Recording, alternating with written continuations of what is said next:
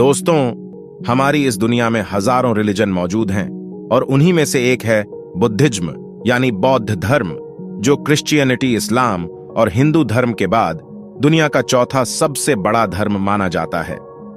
दरअसल बौद्ध धर्म दुनिया के सबसे पुराने धर्मों में से एक है, जो आज से करीब 2500 साल पहले गौतम बुद्ध के द्वारा भारत में शुरू किया गया था और आज दुनिया की 7% से ज्यादा आबादी यानी करीब 54 करोड़ लोग इस धर्म को फॉलो करते हैं। तो दुनिया में बौद्ध धर्म की शुरुआत आखिर किस तरह से हुई, इस धर्म के सिद्धांत और शिक्षाएं क्या हैं और कैसे ये दुनिया के सबसे बड़े धर्मों में से एक बना, ये सब कुछ आज हम इस वीडियो में जानने वाले हैं। तो चलिए अब वीडियो को शुरू करते हैं। दोस्तों, बौद्ध धर्म की शुरुआत करने वाले भगवान गौतम बुद्ध का जन्म आज से करीब 2500 साल पहले सन 480 बीसी के आसपास लुम्बिनी नाम की एक जगह पर इक्ष्वाकु वंश के राजघराने में हुआ था। आज के समय में यह जगह नेपाल के अंदर मौजूद है। दोस्तों, गौतम बुद्ध के पिता का नाम शुद्धोधन और मां का नाम महामाया था, जो कुलीन वंश से ताल्लुक रखती थी।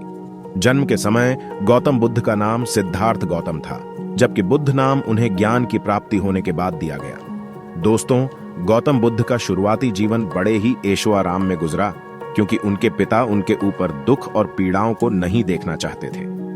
दरअसल जन्म के समय गौतम बुद्ध के बारे में यह भविष्यवाणी की गई थी कि वे आगे चलकर अपने पिता की राजगद्दी व राजपाट नहीं संभालेंगे, बल्कि इसकी जगह वे लोगों को धर्म का मार्ग दिखाने का काम करेंगे। और यह भविष्यवाणी सुनने के बाद राजा शुद्धोधन काफी चिंतित हो गए थे। इसलिए उन्होंने यह फैसला लिया कि वे सिद्धार्थ को एक ऐसा जीवन देंगे जो पूरी तरह खुशियों से भरा होगा और जहां संसार के दुख व पीड़ाएं उन्हें छू भी नहीं पाएंगी। यही वजह थी कि गौतम बुद्ध ने अपना शुरुआती जीवन आलीशान महलों में रहकर बिताया, जहां उनकी हर एक इच्छा पूरी की जाती थी। यहां तक कि राजा शुद्धोधन ने सिद्धार्थ की सेवा में लगे बूढ़े, बीमार व बदसूरत दिखने वाले नौकरों को महल से निकाल दिया था और उनकी जगह सुंदर नौकर ही गौतम बुद्ध की सेवा में लगाए जाते थे। उनकी सेवा में लगा कोई भी नौकर उनसे जीवन के दुखों के बारे में कभी कोई बात नहीं करता था, जिसके चलते गौतम बुद्ध को कभी यह पता ही नहीं चल सका कि इंसान के जीवन में दुख जैसी कोई चीज भी होती है, बल्कि उन्हें तो लगता था कि दुनिया में खुशियों के अलावा और कुछ नहीं होता। यहां तक कि दोस्तों, उनकी पसंद की एक सुंदर लड़की से उनकी शादी भी करवा दी गई थी। लेकिन इतना सब कुछ होने के बावजूद भी गौतम बुद्ध को अपनी लाइफ से कभी संतुष्टि नहीं हुई। उन्होंने अपने जिंदगी के 29 साल इसी तरह महल में रहकर ऐशो आराम के साथ बिताए। लेकिन 29 साल की उम्र में जब वह पहली बार अपने महल से बाहर निकले, तो जिंदगी की हकीकत को देखकर वह पूरी तरह हैरान रह गए। दरअसल बाहर निकलकर उन्होंने पहली बार बूढ़े, बीमार, दुखी और मरे हुए व्यक्ति को देखा। और जब उन्हें पता चला कि ये सारे दुख दुनिया के हर एक इंसान को झेलने पड़ते हैं, तो उन्हें जिंदगी की असली सच्चाई का एहसास हुआ, जिसे जानने के बाद वे खुद भी पूरी तरह दुखी हो गए। इसी तरह एक बार जब वे अपने महल से बाहर घूमने के लिए निकले, तो उन्होंने एक सन्यासी व्यक्ति को देखा, जो उन्हें दुनिया के बाकी लोगों से कहीं ज्यादा खुश और समझदार लगा। उसको देखते ही गौतम बुद्ध ने यह तय कर लिया कि वे भी अपना राजपाट और लग्जीरियस लाइफ को त्याग कर अपना बाकी का जीवन उस मांग की तरह ही बिताएंगे, ताकि वे इंसान के जीवन से जुड़ी कठिनाइयों और दुखों का जवाब खोज सकें। इसके बाद उन्होंने अपनी जिंदगी के 6 साल इसी खोज में एक सन्यासी रहकर बिताए। वे जंगलों में पेड़ पौधों की पत्तियां व फल खाकर गुजारा करते और अपना सारा समय ध्यान करते हुए बिता देते। दोस्तों, अक्सर वो मेडिटेशन करते हुए इस गहराई तक चले जाते कि उन्हें कई दिन तक खाने पीने का भी होश नहीं रहता था। और इस कठोर तपस्या की वजह से ही उनका शरीर किसी कंकाल के जैसा नजर आने लगा था। दोस्तों, एक दिन वो पीपल के पेड़ के नीचे बैठकर इसी तरह ध्यान कर रहे थे कि तभी उन्हें सच्चे ज्ञान का एहसास हुआ।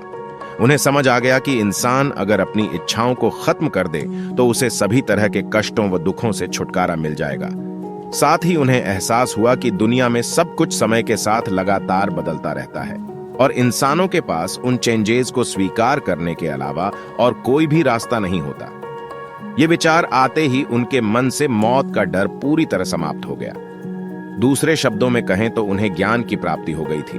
और दोस्तों, वो जिस अवस्था में थे उसे बौद्ध धर्म का अंतिम लक्ष्य यानी निर्वाण माना जाता है, जहां इंसान के अंदर से दुख, पीड़ा और डर खत्म हो जाते हैं। वैसे आपकी जानकारी के लिए बता दें कि जिस पीपल के पेड़ के नीचे उन्हें ज्ञान प्राप्त हुआ था, बाद में उस पेड़ को बोधि वृक्ष और उस जगह को बोधगया का नाम दिया गया। साथ ही ज्ञान प्राप्त होने के बाद वे सिद्धार्थ गौतम की जगह गौतम बुद्ध कहलाए जाने लगे। अब चूंकि गौतम बुद्ध चाहते थे कि दुनिया के दूसरे लोग भी उनकी तरह निर्वाण प्राप्त करके अपने दुखों से मुक्ति पालें, इसलिए उन्होंने 4 ऐसे नियम बनाए जिन्हें फॉलो करके दुनिया का कोई भी इंसान निर्वाण प्राप्त कर सकता है। और इन्हीं 4 नियमों पर पूरा बौद्ध धर्म आधारित है। तो चलिए अब जानते हैं बौद्ध धर्म के इन 4 नोबल ट्रुथ के बारे में। नंबर 1, दुख। इस आर्य सत्य में गौतम बुद्ध ने बताया है कि किस तरह ये दुनिया दुखों से भरी हुई है।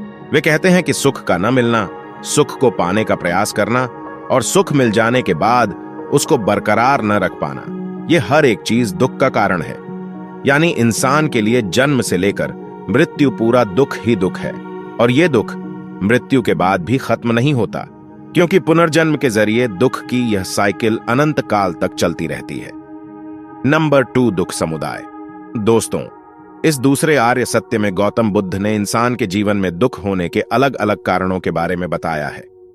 यहां उन्होंने कर्म, इच्छा और मोह को इंसान के दुखों का प्रमुख कारण माना है। नंबर 3, दुख निरोध। दोस्तों, इस तीसरे आर्य सत्य में गौतम बुद्ध ने बताया है कि इंसान के दुखों का अंत संभव है, क्योंकि दुनिया में मिलने वाले दुखों का कारण इंसान खुद ही होता है। इसलिए इंसान अगर चाहे तो वह भी गौतम बुद्ध की तरह अपने इन दुखों को हमेशा के लिए खत्म कर सकता है।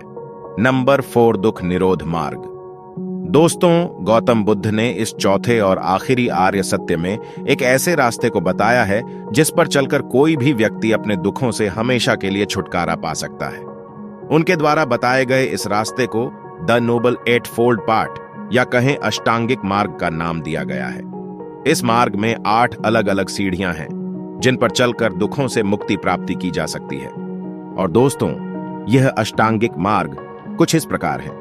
चारों आर्य सत्य में पूरी तरह विश्वास करना, अपने मानसिक और नैतिक विकास का संकल्प लेना, निगेटिव व नुकसान पहुंचाने वाली बातें और झूठ न बोलना, कोई भी ऐसा कर्म न करना जिससे किसी को नुकसान पहुंचे, दूसरों को नुकसान पहुंचाने वाला व्यापार न करना, खुद को सुधारने की कोशिश करना, वर्तमान की हर एक पल में पूरी तरह सचेत रहना और एक समय में सिर्फ एक ही चीज पर ध्यान लगाना।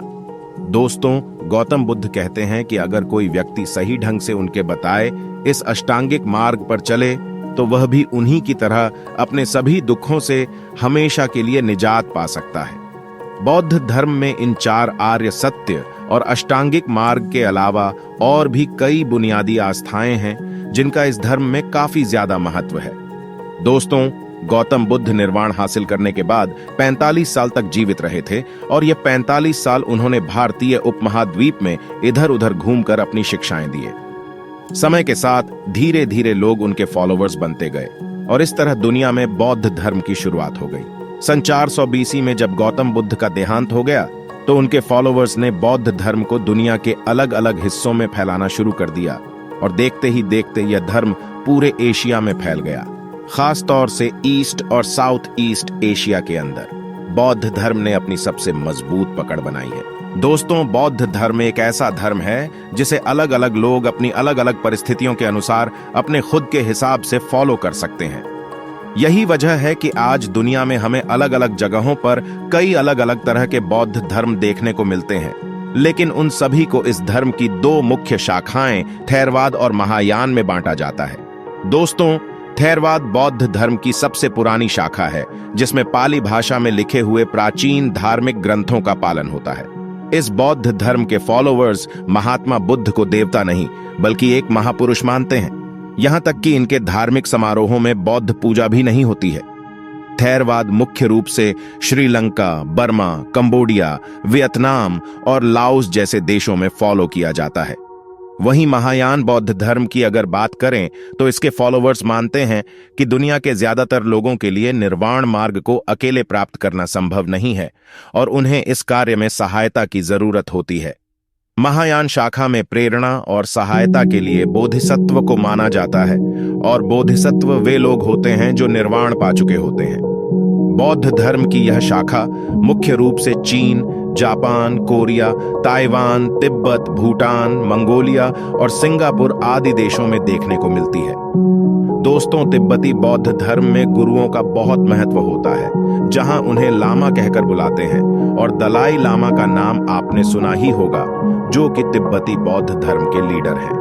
अगर यह वीडियो आपको अच्छा लगा है तो इसे लाइक और शेयर करिए। जो लोग चैनल पर आज पहली बार आए हैं वो इसे सब्सक्राइब कर लें तथा हमारे लेटेस्ट वीडियोस की नोटिफिकेशन पाने के लिए बेल आइकन को भी प्रेस कर दें।